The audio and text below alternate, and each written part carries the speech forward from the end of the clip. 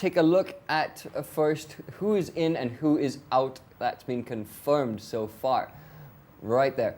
As you can see, Chile, Colombia, Costa Rica, France, Argentina, Belgium, and Germany I've added in there because they are pretty much through. Spain, that's the last we will see of Spain. That is quite sad. That's why I'm wearing the jersey. Because I might as well get one more run out of it. England, disappointing as always. The rest, you could probably expect. Perhaps not Bosnia. Well, again, the groups were scattered such that a lot of underdogs and a lot of very not well-known national teams were brought together. So whoever knocked out got knocked out because they didn't play well at the end of the day. We have to also understand that. I think the lineup's also been changed with keeping in mind the fact that this is, as you said, a very academical affair. The game has to go through regardless of any consequences.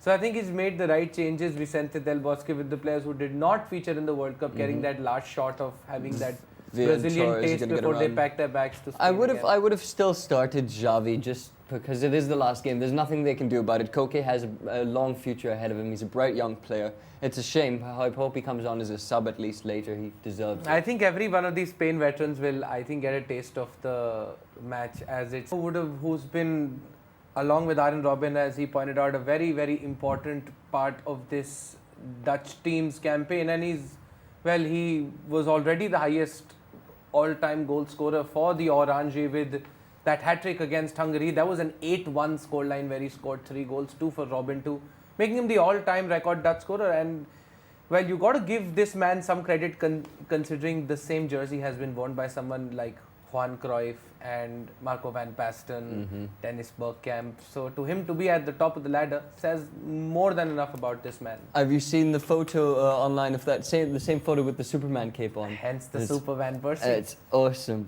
Right then, moving on to our 2 matches coming up tonight. That is going to be Group A. So let's take a look at how Group A is looking after 2 rounds of games. Right there, it's all to play for and nothing to lose except for Cameroon, who have literally nothing to lose because they are very much out.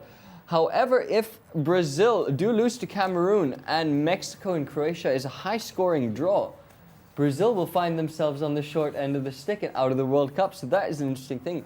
Do you see that happening in this Mexico-Croatia game? Do you see a high-scoring game happening there? I do see one part of it could be very, very realistically true. The fact that the Mexico-Croatia game does end up in a high-scoring game, a draw. But I've actually put my own little thing out here, and what I think they should go with, and I don't know why they don't do this. Why is Scolari so fixated on his ways? Because I think it's more like a winning combination and the fact that he's won most of his trophies and his honours. I'm going for a 3-1 for Eto'o to score a goal and kind of round off his international career. Alrighty then. Well, I'm just, for the sake of playing devil's advocate and also not to offend any of the Brazilian fans, I'm just going to say Cameroon are going to be party spoilers and they're going to win 1-0. Just for the sake of making things more interesting. This has been a really interesting World Cup so far. Nothing is out of the question.